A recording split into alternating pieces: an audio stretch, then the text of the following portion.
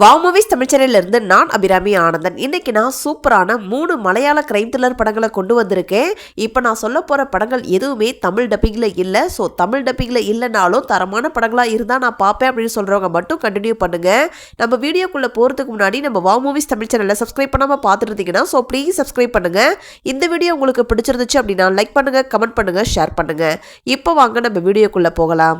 இப்போ நம்ம ஃபர்ஸ்டா பார்க்க போற படம் 2018 வருஷம் ரிலீஸ் ஆன மலையாள படமான ஒரு குப்ரசித்த பையன் அப்படிங்கிற ஒரு சூப்பரான மர்டர் மிஸ்ட்ரி த்ரில்லர் படம். இந்த படத்துடைய ஸ்டார்டிங் ஸ்டோரி என்ன அப்படிங்கிறத நம்ம பார்த்துடலாம். படத்துடைய ஆரம்பத்திலே நம்ம ஹீரோவை காட்டுறாங்க.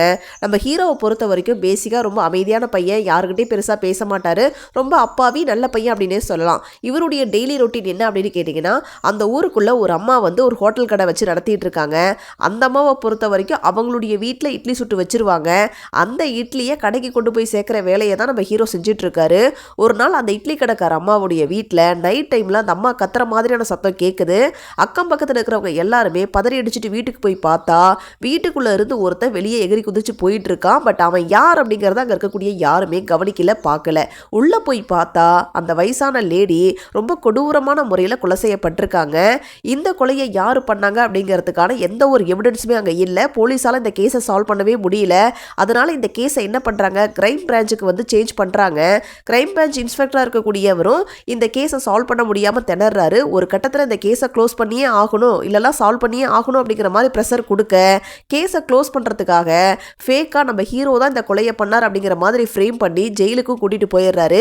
இதுக்கப்புறம் தான் செய்யாத ஒரு மர்டர் கேஸில் மாட்டிக்கிட்ட நம்ம ஹீரோ தப்பிச்சாரா இல்லையா, உண்மையாகவே அந்த கொலையை யார் பண்ணாங்க அப்படிங்கிறத கண்டுபிடிச்சாங்களா இல்லையா அப்படிங்கிறது தான் இந்த படத்துடைய மீதி கதை. இந்த படத்தை பொறுத்த வரைக்கும் ஒரு உண்மை சம்பவத்தை மையமாக வச்சு தான் எடுத்திருக்காங்க.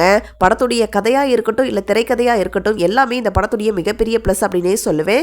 ஸ்க்ரீன் பிளேவை பொறுத்த வரைக்கும் படம் ஆரம்பிச்சதுலேருந்து த்ரூ அவுட் கிளைமேக்ஸ் வரைக்கும் கொஞ்சம் கூட போரடிக்காத அளவுக்கு செம்ம சுவாரஸ்யமாகவே இந்த படத்தை கொண்டு போயிருந்தாங்க. இந்த மூவியில் நடிச்சிருந்த டொவினா தாமஸ் உடைய பெர்ஃபார்மன்ஸ் இந்த படத்துடைய மிகப்பெரிய ப்ளஸ் அப்படின்னே சொல்லுவேன். ஏன்னா நீங்கள் இந்த நாரதன் படம் பார்த்துருந்தீங்க அப்படின்னா அதில் செம்ம திமுறா கெத்தா நடிச்சிருப்பாரு. அப்படி இந்த படத்தை பார்க்கும்போது பார்க்குற நம்மளே பரிதாபப்படுற அளவுக்கு செம்ம சூப்பரான ஒரு பெர்ஃபார்மன்ஸை கொடுத்துருக்காரு. இந்த படத்தில் நடிச்சிருந்த எல்லாருமே ஒரு நீட்டான ஒரு பர்ஃபார்மன்ஸே கொடுத்துருக்காங்க. டெக்னிக்கலி இந்த படம் ஒரு தரமான படம் தான். ஓவராலாக இந்த படம் எப்படி இருக்குது அப்படின்னு கேட்டிங்கன்னா ஒரு தரமான படம். கண்டிப்பாக ட்ரை பண்ணி பாருங்கள். இந்த மூவியை நீங்கள் பார்க்கணும் அப்படின்னு நினச்சிங்கன்னா ஆஹா ஓடிடியில் தெலுங்குலையும் யூடியூப்பில் மலையாளத்துலையும் அவைலபிளாக இருக்குது. பார்க்கணும் அப்படின்னு நினைக்கிறவங்க ட்ரை பண்ணி பாருங்கள். அடல் கண்டென்ட்லாம் இல்லை, நீங்கள் ஃபேமிலியோடையே பார்க்கலாம். இப்போ நம்ம ரெண்டாவதாக பார்க்க போகிற படம் 2017 வருஷம் ரிலீஸ் ஆன தொண்டி முதலும் திருக்ஷமும் அப்படிங்கிற ஒரு மலையாள படம். இந்த படத்துடைய கதை என்ன அப்படிங்கிறத நம்ம பார்த்துடலாம். படத்துடைய ஆரம்பத்திலேயே புதுசாக கல்யாணமான ஒரு ஜோடியை காட்டுறாங்க. அவங்க 2 பேருமே வேறு வேறு ஜாதியை சேர்ந்தவங்க. வீட்டுடைய எதிர்ப்பையும் மீறி தான் கல்யாணம் பண்ணியிருக்காங்க. ஒரு நாள் இவங்க 2 பேரும் பஸ்ஸில் போயிட்டு இருக்கும்போது ஹீரோயின் என்ன பண்ணுறாங்க, ஜன்னலோர சீட்டாக பார்த்து உட்காந்துருக்காங்க. அப்போ தூங்கிடுறாங்க. அந்த நேரம் பார்த்து பின்னாடி உட்காந்துருந்த ஒருத்தன் நம்ம ஹீரோயினுடைய கழுத்தில் இருக்கக்கூடிய செயினை அவங்களுக்கே தெரியாமல் பறிச்சிடறான். பட் இதை வந்து உணர்ந்த நம்ம ஹீரோயின் உடனே திரும்பி பார்க்கும்போது அவன் என்ன பண்றான், பயத்துல கையில் இருக்கக்கூடிய செயினை எடுத்து வாய்க்குள்ள போட்டு முழுங்கிடுறான். இப்ப எல்லாருக்கிட்டையும் திருடன்னு சொல்ல எல்லாருமே அவனை பிடிச்சி பக்கத்தில் இருக்கக்கூடிய போலீஸ் ஸ்டேஷன்ல கொண்டு போய் நிறுத்துறாங்க. போலீஸ் வந்து இவங்க கிட்ட கேட்கும்போது, திருடங்கிட்ட கேட்கும்போது என்ன சொல்றான், நான் எந்த தப்புமே பண்ணல, அந்த பொண்ணு தான் ஏதோ தப்பா புரிஞ்சுக்கிச்சு சார் அப்படிங்கிற மாதிரி சொல்றாரு. கடைசியா நம்ம ஹீரோயினுடைய செயின் அவங்களுக்கு கிடைச்சதா இல்லையா அப்படிங்கிறது தான் இந்த படத்துடைய மீதி கதை. இந்த படத்துடைய கதைக்களத்தை பொறுத்த வரைக்கும் ஒரு சிம்பிளான ஒரு கதையா இருந்தாலும் அதை ஸ்க்ரீன் பிளே பண்ண விதம் செம்ம சுவாரஸ்யமாகவே இருந்துச்சு. படம் ஆரம்பிச்சதுலேருந்து த்ரூ அவுட் கிளைமேக்ஸ் வரைக்கும் எங்கேயுமே போரடிக்காத அளவுக்கு நல்லா சுவாரஸ்யமாகவே கொண்டு போயிருந்தாங்க.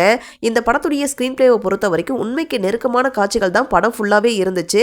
இந்த மூவியில் நடிச்சிருந்த ஃபகத் ஃபாசில், சுராஜ், நிமிஷா சஜேன் அப்படின்னு சொல்லிட்டு எல்லாருமே ஒரு சூப்பரான ஒரு பர்ஃபார்மன்ஸே கொடுத்துருக்காங்க.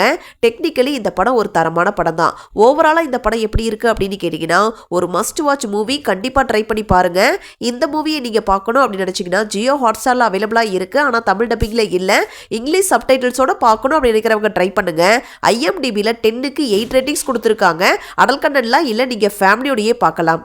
இப்போ நம்ம மூணாவதாக பார்க்க போகிற படம் 2014 வருஷம் ரிலீஸ் ஆன மலையாள படமான முன்னறிவிப்பு அப்படிங்கிற ஒரு சூப்பரான ஒரு கிரைம் த்ரில்லர் ட்ராமா மூவி. இந்த படத்துடைய கதை என்ன அப்படிங்கிறத நம்ம பார்த்துடலாம். படத்துடைய ஆரம்பத்திலே நம்ம ஹீரோயினை காட்டுறாங்க.